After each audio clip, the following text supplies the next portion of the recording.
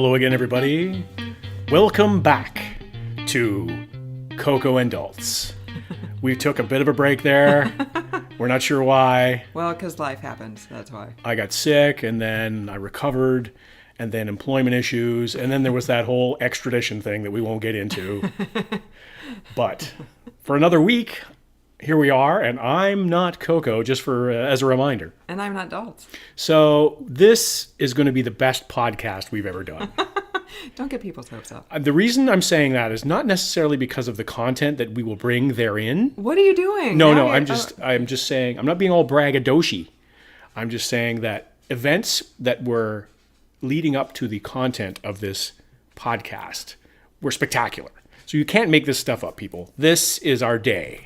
And if your Adults' friend who listens to the podcast and takes a drink every time we say a big word, you just got braggadocio. So, I just said it again. So there you go. That's 2 drinks. I don't think he listens anymore. I think he got bored. Well, I'm going to take a drink. Okay. So what we did, this is what our mission was today for our podcast. We went to see Captain Marvel. Only like 3 weeks after it came out. Only 3 weeks after it came out because life. And also, to be fair, I don't like going to see Marvel movies the first couple weeks they're out because they are packed. And I do not want to mix with the unwashed masses. I was just going to say in superhero movies. You don't want to be in that crowd. I'm old and snobby. So. It's true. Girl, you know it's true. Well, in our local theater here that needs a serious upgrade, even that would probably have been packed. Yeah. And there was a relatively few people there. I mean, probably 20 people total in the theater. And we walked in 5 minutes before the preview started, and we were the first people in there. And we had the choice of seats. And, of course, where we sit, this is big news because people want to know this. Mm-hmm. We always sit in the back row. We do. And we always sit next to the chair that has a huge hole in it so that nobody will sit there. You reminded me that that's where we sat when we saw Black Panther. Exactly. In that exact theater. That's our seats. Those are Coco and Adult seats that they have in our local theater. They don't know it, but those are the Coco and Adult seats. Maybe we should approach management with some kind of sponsorship thing, and we could just reserve those seats all the time. Although I think those seats are getting torn out because they're still old school, like flip-down theater seats, and they're getting replaced with, like, real recliners and stuff like most theaters have now. So that place is so old that the popcorn that is down between the chairs actually has real butter on it. No. That's how old those chairs and those theaters are. You know what I think we should do? You know, there's back behind where we sit in our usual Coco and Adults chairs. We should put a hot tub right there. Oh my God, that would because be there's like a little platform. It's not actually, it's not a handicapped area or anything like that. It's just like 2 isolated chairs on their own, and they're always in this bright light. Yeah, totally. We should.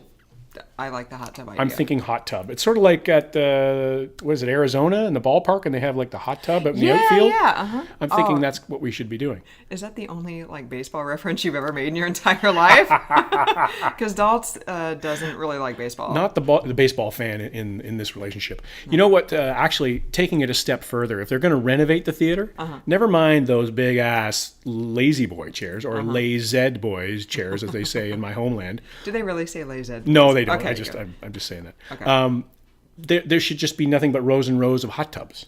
That would be awesome. Like, how many hot tubs would you get in that theater that we were in today? Probably 40. Yeah, probably, because that was the biggest theater, because it was Captain Marvel. And it's an old-fashioned theater. You know what? I bet they have a suggestion box at the theater, and we should totally put that in the suggestion box. I double dare you. I'm totally going to do it. If we go back tomorrow and see the second movie that we were planning to see today. Don't spoil it. We maybe didn't see today.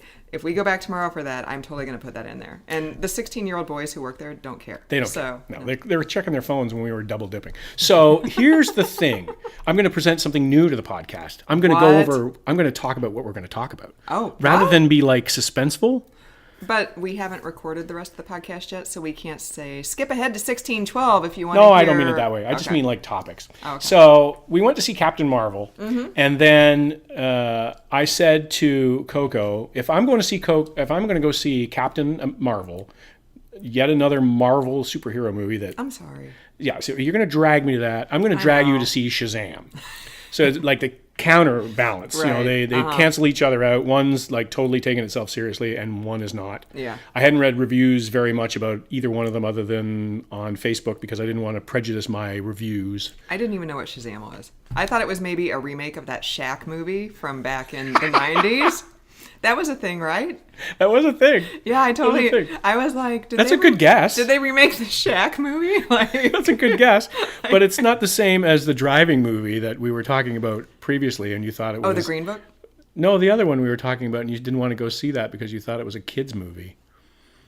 What movie That's was a that? different podcast. We'll let the listener Okay, all right. make that conclusion. Go back in our archives and You have to have a little bit of mystery. yeah, in and your podcast. re-listen to old episodes to figure out what the heck Daltz is talking So about. what? And then I'll also note so you could email me and let me know what I was talking about. So, Okay. we went to see Captain Marvel. Uh-huh. We were intending on seeing Shazam. We had all these counterpoints. I was thinking Captain Marvel is this, Shazam might be that. And so that's what we're going to talk about later on. But let's talk about Captain Marvel. That's a bit of a tease there. Yeah. Let's talk about Captain Marvel. And tell me, Coco, you must go first because I'm doing a lot of talking in this podcast. Okay. Tell me, and you're the lover of these movies, Well- the appreciator. You have a better sense of these than I do. I would like to tell our listeners, though, that I don't actually read the comic books. I enjoy the movies because... Well, who reads anymore? I mean, Well, I know. Well, no, I just bought that book about dog diet needs because... and have you read it? No, because it just came today.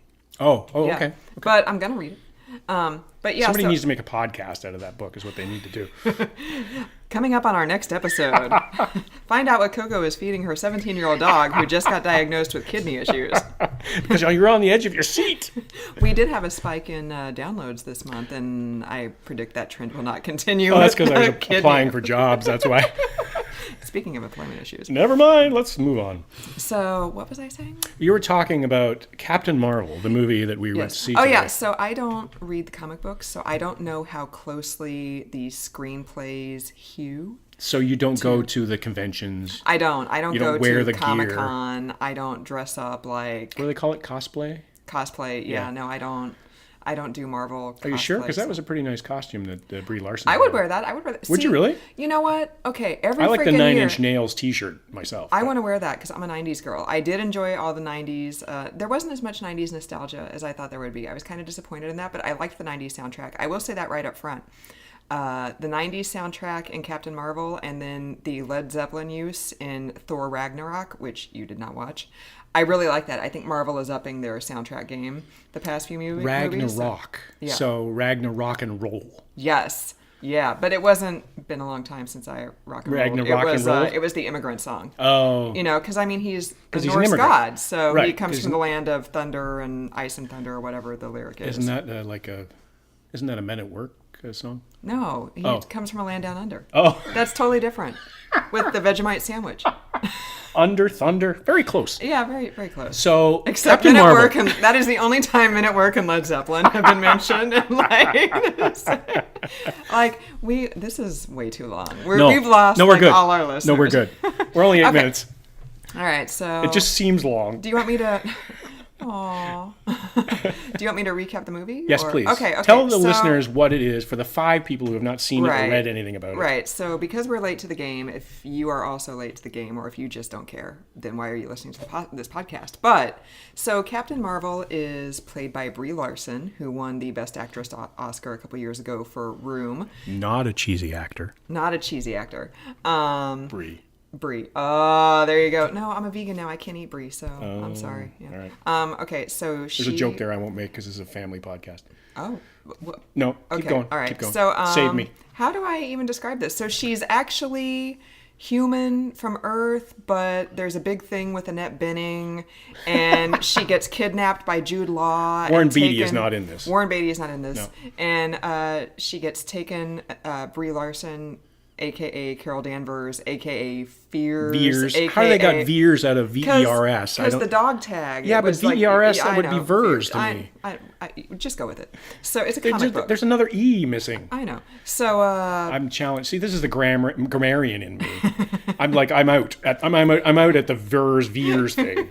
so she gets kidnapped by Jude Law and taken to this other Who was civilization. looking totally buff, by the way. Yeah, he was. I was looking at him as like, is there CGI going on here? Because he's looking really good. See, okay, here's my thing. Like, Jude Law, I think he's one of those people who is like a character actor in a leading man's body. Like, back in the 90s, he was just so impossibly beautiful. That's a good way to look at him, yeah. He's Jude Law. He's still freaking gorgeous. He's a good-looking guy. Yeah. Like, as he's gotten older and he's kind of aged and become a little bit craggier, like, I think he's getting better parts. Because back then, they just wanted him to be like the pretty boy. Yeah, yeah. And now he's getting...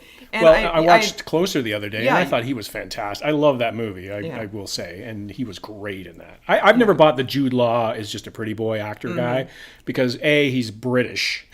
Yeah. So the British actors, and not to broadly paint everybody with the same brush, but they seem to have more depth than some of the typical pretty boy North American actors. Yeah, I was thinking him and Ray Fiennes, those are two, like Ray Fiennes when he was younger, like, and like now he's older. And does that mean you thought he was an attractive guy? That noise was a... Yeah. Like, okay. even when he was like a Nazi in Schindler's List. Like, he was... Oh, really? Yeah, I never saw that. Okay, and Captain Almazzi and The English Patient. Yeah. Fantastic movie. Oh, yeah, we need to watch that again. That's a top 10 book, too. Yeah.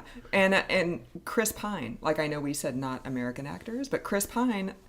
freaking gorgeous, but now he's gotten a little bit older and he's kind of gotten away from like the, hey, people want me to be the leading man, and he's kind of taking like more interesting character-driven roles. I get them mixed up. I'm like everybody He else. was the wee cheeky shite in that Scottish Robert the Bruce movie that we saw on Netflix when we were in Pittsfield for my yoga training, and there's a reference that I should get exactly what you mean, and I don't recall the that at all. Robert the Bruce movie that we watched on Netflix, in the hotel. Okay, so anyway, so now we're totally losing our, and now shirtless Daltz at the dining room table is like doing flexing. my Captain America. So she gets kidnapped by Jude Law and taken to the Kree civilization, which are like.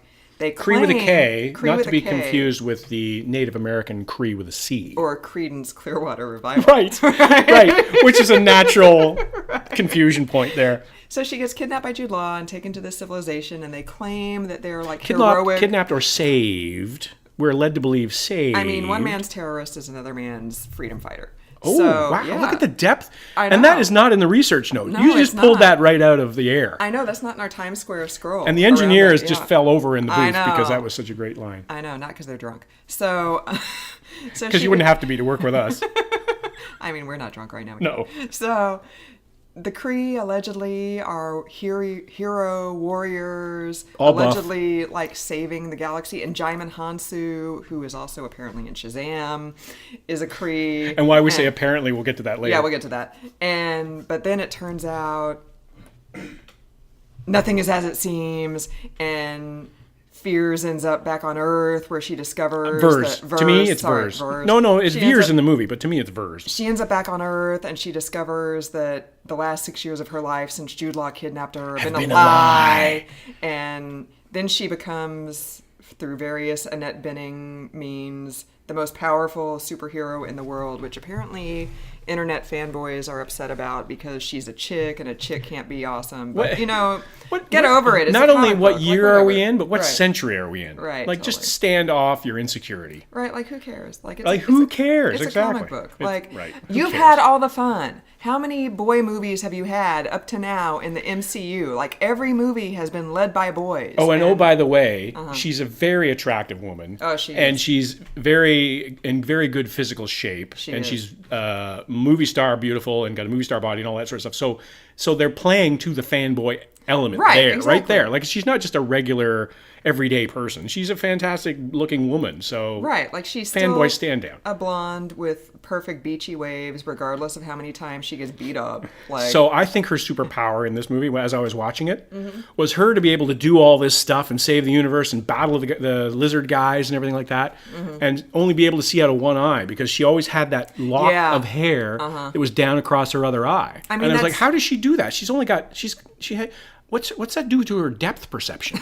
That's very 90s, though. Like, the grungy... So the 90s reference, so I'm going to go right in here on the movie. Okay, go for it. So... because we're already 15 minutes in. We haven't actually talked about the movie. At some point, we got to pull it back on the rails here. So the movie, to me, I really liked it. I was going into it thinking, Okay, another Avengers superhero movie. sorry. Disney, it's going to be the same thing. I'm the worst girlfriend ever. I No. drag you to all the superhero movies. No, this is what a relationship is. Give and take. Give and take. Go to things that you wouldn't necessarily go to. This is what people do. Or this is what people are supposed to do. Anyway, the society is not buying into that. But anyway, I thought it was a lot better. I was going in with low expectations, superhero movie expectations. Right. There's going to be calamity, there's going to be CGI, there's going to be destruction, there's going to be conflict. But it was actually more of a human story than I imagined it would be. And there are some very serious political undertones in this movie. So adding more on to what you said, she's the superpower, but she's trying to save, as it turns out, there's a bit of a spoiler here, but the bad guys end up being just regular type creatures who want to look after their families and they want to reunite with the people they love. This is very much Trump border security-esque. They're migrants. They're the migrants who are separated from their families. And all the lizard bad guy wanted to do was see his wife, or whatever they call it in lizard world, and his child offspring. They just wanted to reunite with them and get back together and make sure they were safe and okay. Right. And this is I guess the point of this is it's a universal quality. Right. And so this is a heavy duty, in my mind. The last 3/4 of this movie is a very political movie, politically charged movie. And they even drove that home when Captain Marvel ends up on Earth and Jude Law has to go, quote unquote, save her. Yes. And he and his Kree people are, talking about, okay, set a course to Earth. And he's like, has anybody been there before? And one of them says, I've been there. It's a real crap hole. But they didn't use the word crap. But they didn't use the word crap. They used the word that our that everyday people would use. Yeah. So yes, yeah, it was that was a real. It was very obvious to me. It was not subtle.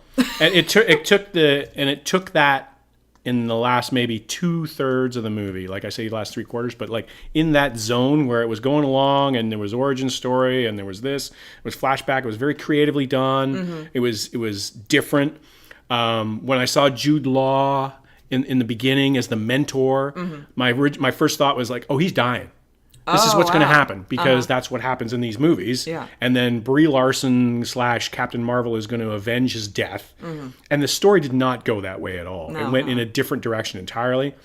And the people that you are, and again, this speaks to the migrant part of it, is that you're conditioned to fear these people or the lizards in this case, because they're they don't scared. look like you. Exactly. They don't look anything like you. And the immigrant part of this is where the lizards are shapeshifters, so they can turn into everyday looking people in the movie anyway. So there's the migrant factor there. Is that, oh well, they can just take your job, they can replace you, they can become you, and this is a much deeper. And I don't think this is me just sitting in the back row, having too many Slim Jims or something like that.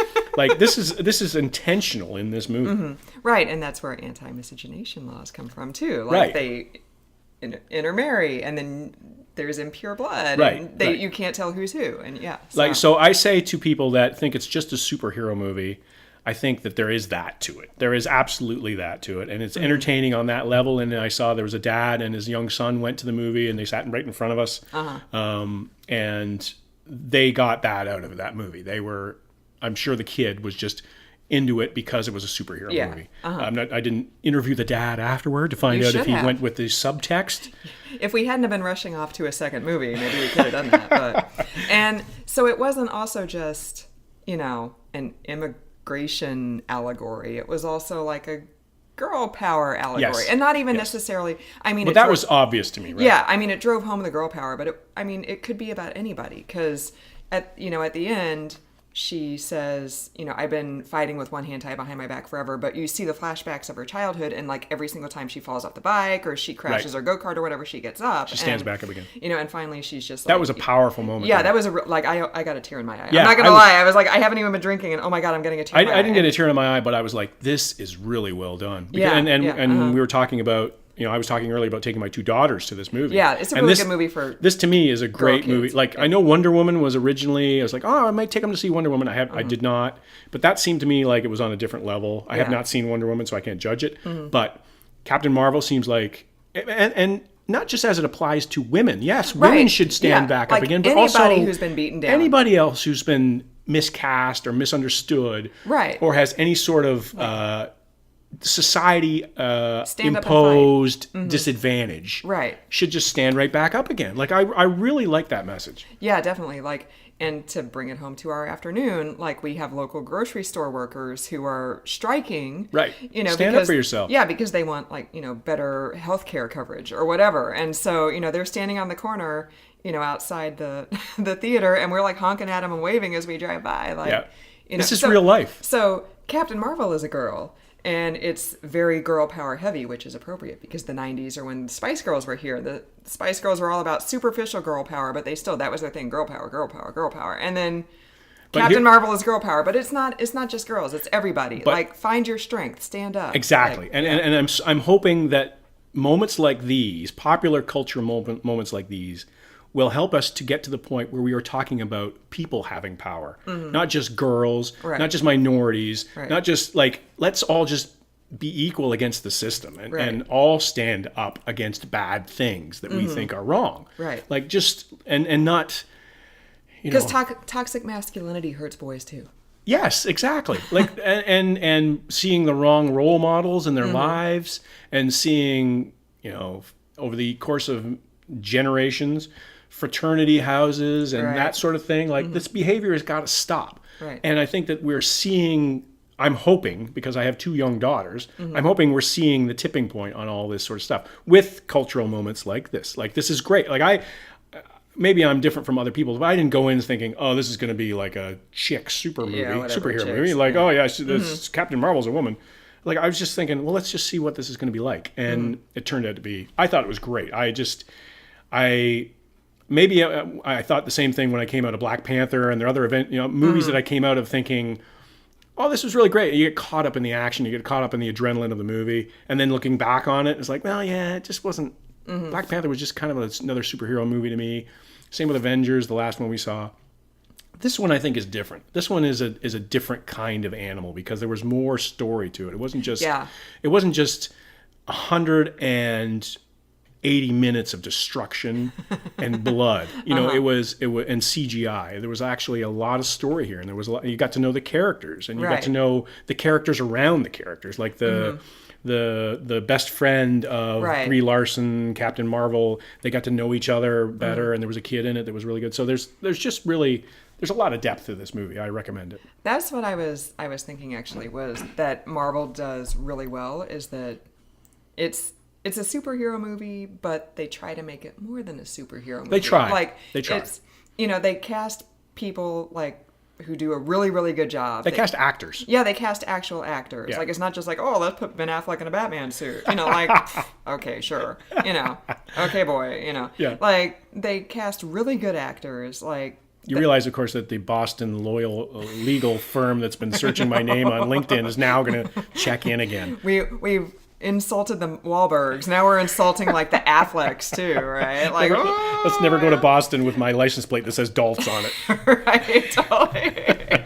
So they cast really good actors, but then they also, it's not just like a token like moment of human interaction between like explosions, like there's action, but then there's also, and I don't know if this is because it was more of like a quote unquote chick movie, so maybe they anticipated there would need to be more emotions, but I don't know. I mean, in Black Panther you had like Killmonger, like that whole thing, and there was like more emotion in there too, like even so I don't know. So now we're getting back into, but this is the one I was really wondering about, the second phase of like the Marvel, like once Avengers Endgame happens and like a lot of the superheroes from the first phase, they sort of tapped out the vein right, of like wealth here, right? Like I think Robert Downey Jr. is done as Iron Man, and like Chris Hemsworth is done as Thor, and Chris Evans is done as Captain America. Where do they go from here? Like, where do they go from here? And I was like, I don't know, like the second phase, I don't know if I'm into it, but like I would be into seeing more Captain Marvel movies. Yeah, and sure. As we saw at the end of the movie, and those, as you've educated me, there's always a couple of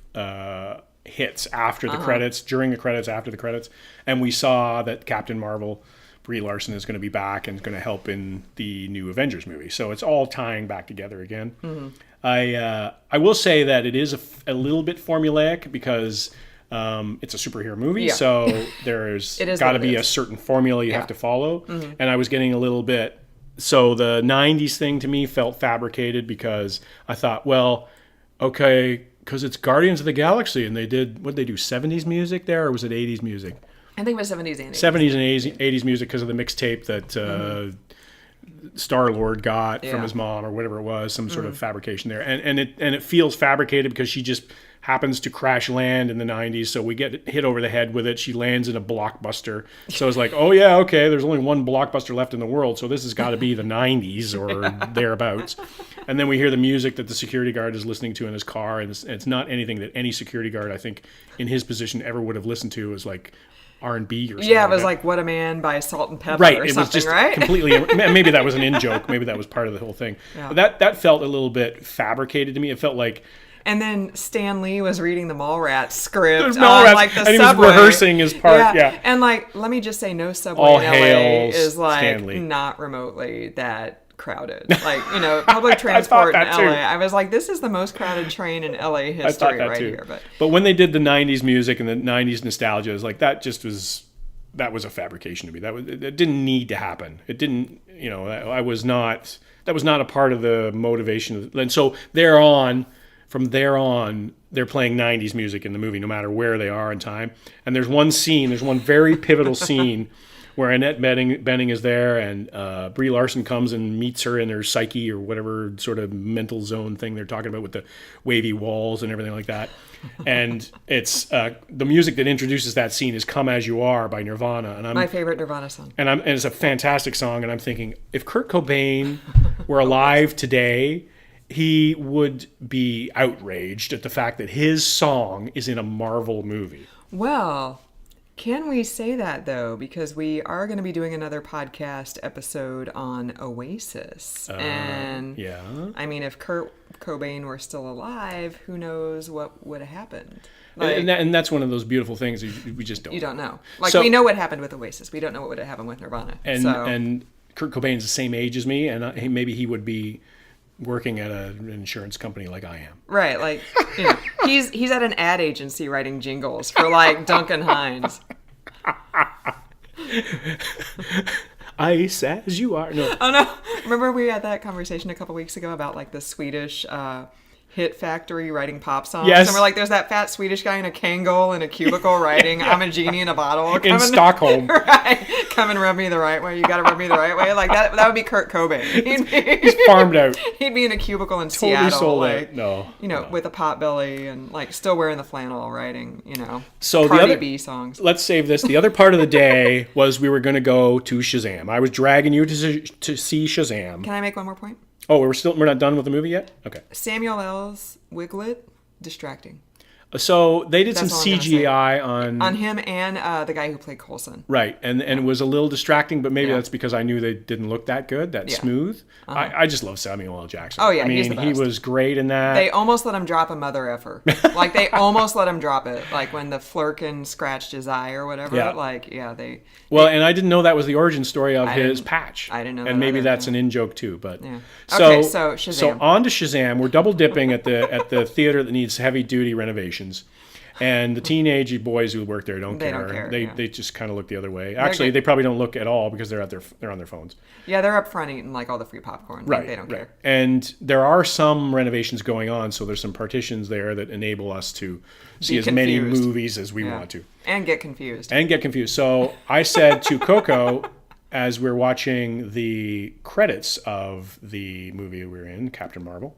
And we missed the second post-credit scene in order to dive for the double dip. Which didn't end up working out for us. So we went to the double dip, and we go into the theater that I thought Shazam was in. And Shazam was there, actually, as it turns out. Yeah. Except it was the last 20 minutes of the movie. And we thought that it was the beginning of the movie. We thought we had just missed the credits. Yeah, because we had stayed for the first post-credits Captain Marvel scene. Because those are important. Because I made him stay for that. Yeah. And then I was like, okay. She pushed me down, actually. Yeah, I punched him in the face with my fire hands like Captain Marvel. Because you felt enabled. Yeah, I did. I was like, girl power! Fight the man! Yeah. And, so we stayed for the first post-credit scene, and then I was like, okay, let's just go, because we've already missed the first 10 minutes of Shazam. Let's just go to it. And this is one of the hazards of when you double dip and you don't time it properly, is that sometimes you think, okay, we've just missed the beginning of the movie. Right. We're okay, because we just missed the credits, we just missed the previews, or whatever it happens to be. It's like, okay, we can pick this up. We've seen enough movies. We're smart enough. So we're sitting there watching this, and I'm thinking like, narrator's voice. They were not smart enough. Morgan Freeman is in your head.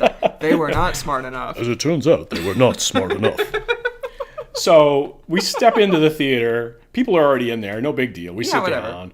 And there's this battle going on. And it's a highly confrontational, incredible moment in Shazam where there's a lot of battles going on. So where I'm thinking is, usually in these movies, because I'm thinking it's a formula, superhero formula. There's a battle at the beginning, right? And then there's the exposition. The villain escapes, and then they chase the villain for the rest of the movie, and then then there's the denouement at the end where take a drink, where the superheroes ultimately triumph over the bad guys. So I'm thinking we're just seeing the preliminary battle. Right. And it turns out we were seeing the climax of the movie.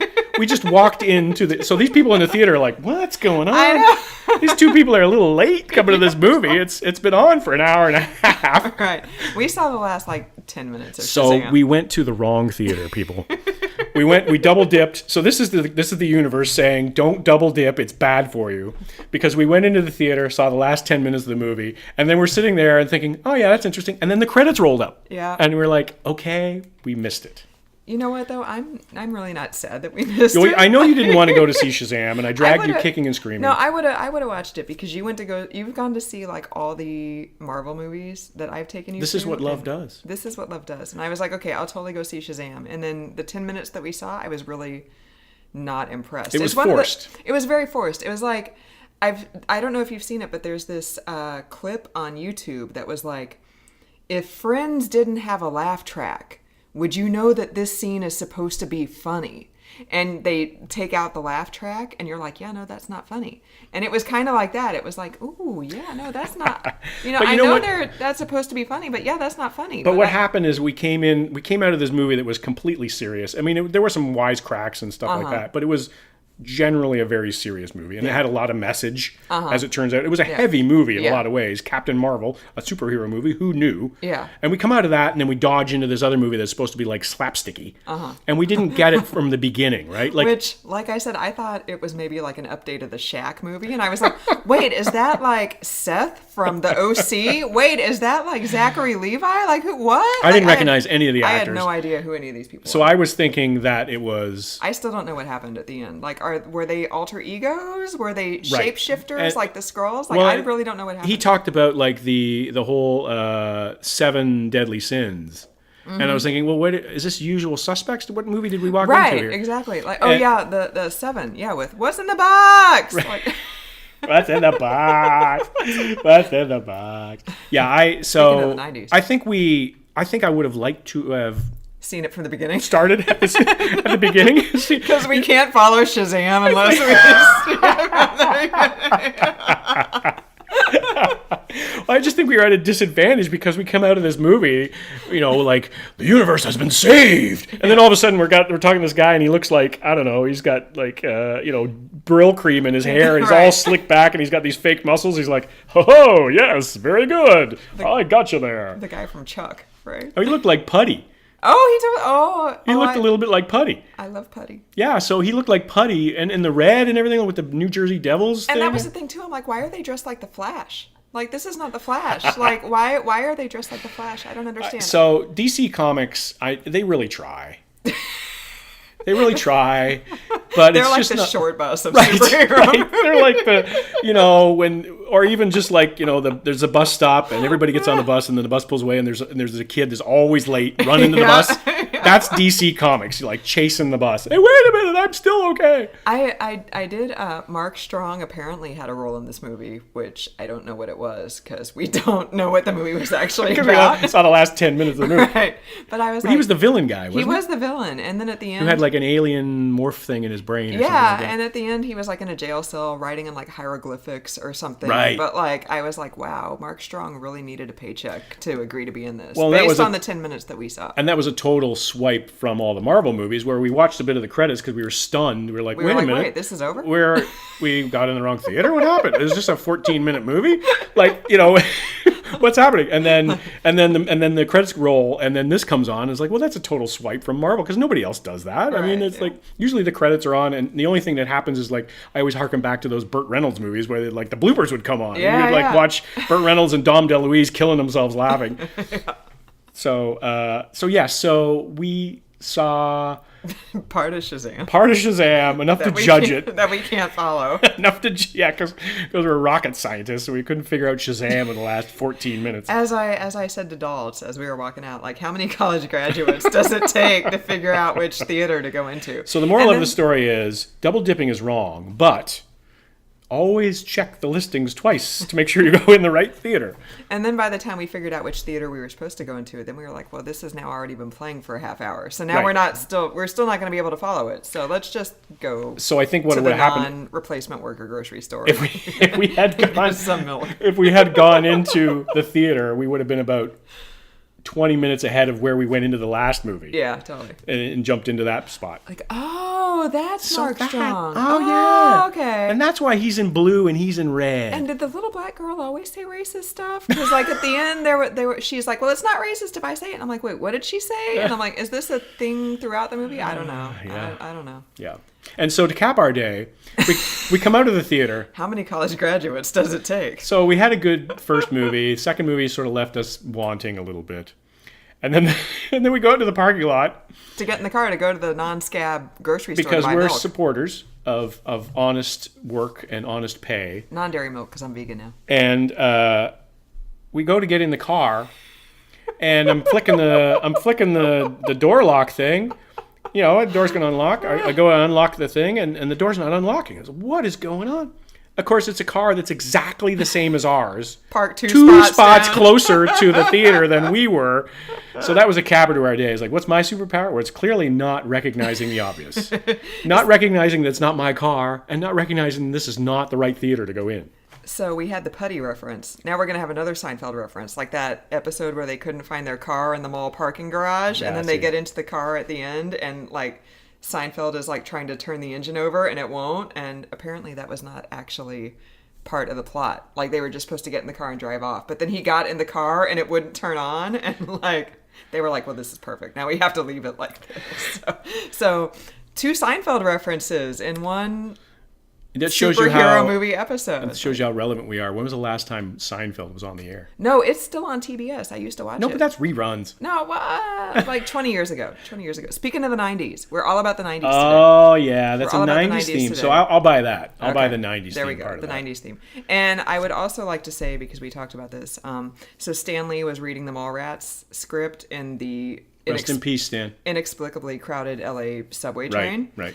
He was also in a movie that we recently watched called Yoga Hosers. Oh, I forgot we were going to talk about How this. did you forget we were going to talk about Yoga Hosers? This is the pièce de résistance. Take a drink. So we had a guest appearance by Napoleon there. I don't know what happened. Don't watch Yoga Hosers. Don't watch Yoga Hosers. It's really not good. There's the only other movie that would have enticed us more would have been Yoga Cookies. Yoga Cookies, yes. If it had been called Yoga Cookies, then we would have been all the way in. Because I'm down dog. Because I'm a hoser and you're a yoga teacher, we figured, how could we go wrong with Yoga Hosers? Right. Well, there are many ways you can go wrong. Yeah, it's not a good movie. Apparently, I'm guessing it was like Johnny Depp bankrolled it because his daughter is in it. Kevin Smith written and directed. Yeah, and Kevin Smith's daughter also co-stars with Johnny Depp's daughter, and Stan Lee inexplicably makes a cameo as a Canadian 911 operator. Not only Canadian, but like Winnipeg or something like that. What's your emergency, eh? It's like there weren't any stereotypes in this movie at all. No, definitely not. So don't waste your time on Yoga Hosers. It's on Netflix right now. Just bypass that sucker. Yeah, like Dalt said, we thought this is going to be we know it's going to be silly, but cool. And then we watched it and we were like, I don't think I've ever seen a worse movie than this. So I think what we're always trying, because we want the other person to be happy. So we're always trying to find that medium, that what am I trying to say? That happy middle ground, where both of us enjoy a movie, because it's not a superheroes movie, it's not a deep thinking, ponderous. I like deep thinking movies too. Well, yeah, that's true. So I don't want to try to dig myself into a hole here. Yeah. But we have different tastes. Do you want to be happy or do you want to be right? We have different tastes in movies. Let's put it that way. And I figured, well, Yoga Hosers, it's right. It's got something for everybody. It's got something for everybody, and it might be Canadian, and it's there's this and there's that. And then it was just bad. And then so actually it did unite us because we both hated it. I think I actually did say on Facebook, I'm trying to think if I've seen a worse movie than this, and I really can't. So. Yeah, and I mean, what were we thinking? We knew that it probably was going to be terrible, right? Well, but I mean, it's got a name like Yoga Hoser, so why not? Give Yoga Hosers a chance. But don't, actually. But it's actually bad. Don't. Yeah, we gave it a chance, and it pained us greatly. So is there anything else that you want to say about Captain Marvel, or Shazam, or Yoga Hosers, or replacement grocery store workers, or cars that are not ours? I think this has been the best podcast we've had so far. This is pretty freewheeling. Yeah. This has been the best podcast of April 2019. Well, yeah. I think so. Because it's the only podcast of April 2019. Do you have anything you want to add? I'm sure there were a lot of things in my head that I thought about, but now that I'm sitting here, I can't really think of anything. I thought, so the bottom line, Captain Marvel, go see it. Yeah. Shazam, if you're going to go see it from the beginning. So you can follow it. Yoga Hosers. Don't see it. Don't see it. Striking grocery workers, honk your horn and wave at them when you drive by. Yeah. Stick it to the man. The man is a bad thing. Yes. Oh, well, that was the theme from the first movies. That was the theme from Captain Marvel. Yeah. And Captain Marvel, by the way, from what I'm understanding, was a shot across the bow because Shazam was actually called Sergeant Marvel or something like that. So in the original days, Shazam was Marvel, and there was a lawsuit going on between the two of them. Oh, I didn't know that. And so Captain Marvel was a retaliatory, back in the day, move against Shazam. So that was another reason that I wanted to see those two movies back to back. Oh, you know what? Okay, I did think of something else. So speaking of... you weren't listening at all when I was talking. Seeing those two movies back to back because of the retaliatory measures. You were looking over my shoulder. Stop. So, and now you're making me forget what I was going to say. Oh. So I did think it was interesting, like at the very end, Nick Fury who apparently is only just called Fury, is sitting there writing... Not Nicholas. Right. He's, he realizes there are threats from outside of our world that we have to defend against. Ah. And are you going to spoil this? No. Okay. And I think it was called like the Protector Initiative. You are going to spoil this. Yeah. Well, shut up. So, but then he sees a picture. Spoiler alert. But then he sees a picture of Captain Marvel as Carol Danvers back before... Or Danvers, as they would like us to pronounce it. Before she got kidnapped by Jude Law. And she was like a Air Force pilot, and I didn't know if this is actually a thing in real life, but her name was written on the side of her plane, and it said like Captain Carol Avenger Danvers, and I was like, that's very cool that the entire Avengers series is named after a chick. So, girl power, honey, girl power. And on that note, because I haven't got anything to say to top that, nor could I. No, you totally could. For another week, this podcast, we're glad to be back. There's going to be more. We're going to churn them out like you wouldn't believe, because we love our listeners. But that doesn't mean that the quality is going to suffer. No. We are not like a Chinese factory paying people subhuman wages. We're all about the quality. No, we volunteer. That's true. We don't get paid at all. We don't get any wages. Oh, and the engineer is giving me the finger, so that means it's time to wrap it up. So for another week of fantastic content on Coco and Daltz, the podcast, thank you for listening. And social commentary. I'm not Coco. And I'm not Daltz.